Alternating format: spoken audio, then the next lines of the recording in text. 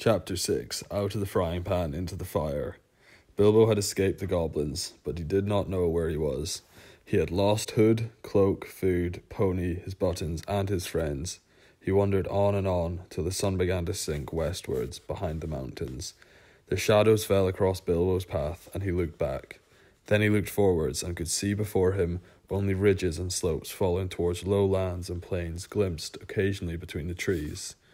"Good heavens," he exclaimed, "I seem to have got right to the other side of the misty mountains, right to the edge of the land beyond. Where, and oh where can Gandalf and the dwarves have got to? I only hope to goodness they are not still back there in the power of the goblins." He still wandered on, out of the little high valley, over its edge, and down the slopes beyond, but all the while a very uncomfortable thought was going inside him. He wondered whether he ought not, now he had the magic ring, to go back into the horrible tunnels and look for his friends.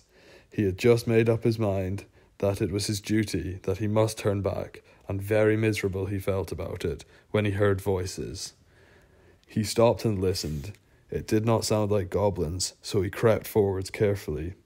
He was on a stony path, winding downwards with a rocky wall on the left hand. On the other side, the ground sloped away, and there were dells below the level of the path, overhung with bushes and low trees.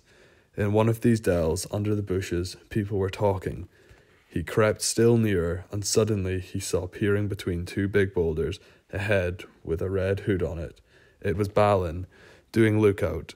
He could have clapped and shouted for joy, but he did not. He had still got the ring on for fear of meeting something unexpected and unpleasant, and he saw that Balin was looking straight at him, without noticing him. "I will give them all a surprise," he thought, as he crawled into the bushes at the edge of the dell. Gandalf was arguing with the dwarves. They were discussing all that had happened to them in the tunnels, and wondering and debating what they were to do now. The dwarves were grumbling, and Gandalf was saying that they could not possibly go on with their journey leaving Mr. Baggins in the hands of the goblins, without trying to find out if he was alive or dead, and without trying to rescue him. "After all, he is my friend," said the wizard, "and not a bad little chap. I feel responsible for him. I wish to goodness you had not lost him." The dwarves wanted to know why he had ever been brought at all, why he could not stick to his friends and come along with them, and why the wizard had not chosen someone with more sense. "He has been more trouble than use so far," said one, "as we have got to go back now into those abominable tunnels to look for him. Then drat him." Say that sentence again. I can just edit it. It'll sound fine. He's been more trouble than use so far," said one. "If we have to go back now into those horrible tunnels to look for him, then drat him, I say." Gandalf answered angrily, "I brought him, and I don't bring things that are of no use." Did you say that sentence again? Yeah, but I changed the word to horrible. "Either you help me to look for him, or I go and leave you here to get out of this mess as best you can yourselves. If we can only find him again, you will thank me before it is all over. Whatever did you want to go and drop him for, Dorry?" "You would have dropped him," said Dorry, "if a goblin had suddenly grabbed your legs from behind in the dark, tripped up your feet, and kicked you in the back. Then why didn't you pick him up again?"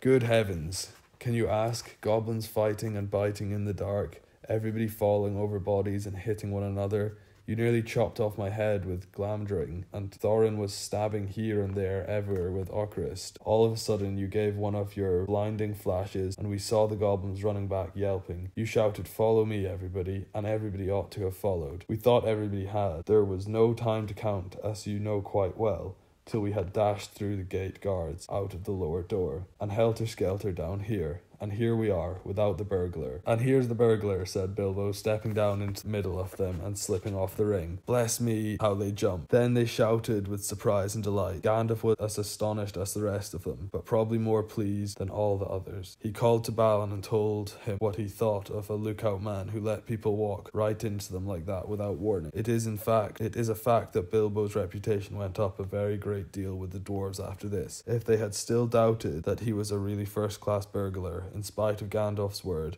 They doubted no longer. Balin was the most puzzled of all, but everyone said it was a very clever bit of work. Indeed, Bilbo was so pleased with their praise that he just chuckled inside and said nothing whatever about the ring. And when they asked him how he did it, he said, "Oh, just crept along, you know, very carefully and quietly." "Well, it is the first time that even a mouse has crept along carefully and quietly under my nose and not been spotted," said Balin. "And I take off my hood to you," which he did. "Balin at your service," said he. "Your servant, Mr. Baggins," said Bilbo. Then they wanted to know all about the adventures after they had lost him, and he sat down and told them everything, except about finding the ring. Not just now, he thought. They were particularly interested in the riddle competition and shuddered most appreciatively at his description of Gollum. "And then I couldn't think of any other questions with him sitting beside me," ended Bilbo. "So I said, 'What is in my pocket?' And he couldn't guess in 3 goes. So I said, 'What about your promise? Show me the way out.' But he came at me to kill me, and I ran. I fell over and he missed me in the dark. Then I followed him because I heard him talking to himself. He thought I really knew the way out, and so he was making for it. Then he sat down in the entrance, and I could not get by, so I jumped over him and escaped and ran down to the gate." "What about the guards?" they asked. "Weren't there any?" "Oh yes, lots of them, but I dodged them. I got stuck in the door, which was only open a crack, and I lost all my buttons," he said sadly, looking down at his torn clothes. "But I squeezed through all right, and here I am." The dwarves looked at him with quite a new respect when he talked about dodging guards, jumping over Gollum, and squeezing through, as if it was not very difficult or very alarming at all. "What did I tell you?" said Gandalf, laughing. "Mr. Baggins has more about him than you guess." He gave Bilbo a queer look from under his bushy eyebrows as he said this, and the Hobbit wondered if he guessed at the part of his tale that he had left out. Then they all sat down to cook up a lovely duck ragu. Abominable